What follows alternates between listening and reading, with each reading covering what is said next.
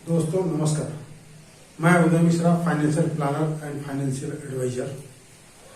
दोस्तों आज हम चर्चा करेंगे कि अगर कोई शुरुआत में कम पैसे से शुरू करता है एसआईपी और कुछ लमसम बचा के रखता है तो बाद में क्या वो रिग्रेट फील करेगा।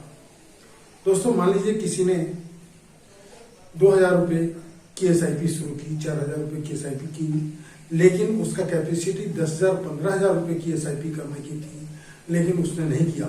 5 साल 10 साल निकल गए, पता चला कि 10 साल के बाद 8 साल के बाद वो फंड जो है वो 25% का रिटर्न दे रहा है। ऐसी स्थिति में क्या होगा, 2,500 रुपये पर मंथ लगाया मान लीजिए सपोज दैट, और उसका फंड तो इन्वेस्ट हुआ 2.5 लाख, लेकिन उसकी फंड वैल्यू हो गई 7,10,000 7,20,000।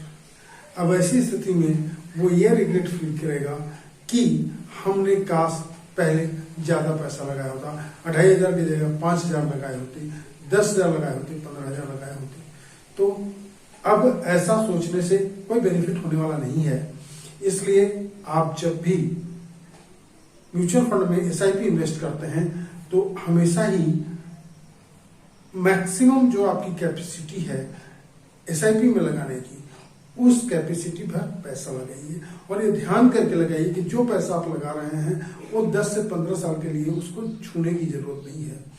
क्यों कि अगर आपने पैसा लगाया 2 साल 3 साल 4 साल के बाद अगर आप सोच रहे हैं कि हम उसमें निकाल लें, पता चला उस समय रिटर्न निगेटिव है, तो आपको बेनिफिट मिलने वाला नहीं है। आपको हो सकता है जमा पूंजी के बराबर, जमा पूंजी से 2 4 5% 10% 12% अधिक मिले, लेकिन अगर आप उस समय निकाल लेते हैं तो आप लॉस में रहेंगे। लेकिन इस पीरियड में आप अपने इन्वेस्टमेंट को कंटिन्यू आगे सालों के लिए कराए रखते हैं तो बेहतर है कि वो रिटर्न ज्यादा देगा। एक चीज और लोगों का सोचना है, अगर मैंने ज्यादा पैसा डाल दिया तो कंपनी भाग गई। तो म्यूचुअल फंड कंपनी कभी भागती नहीं है, कभी डूबती नहीं है।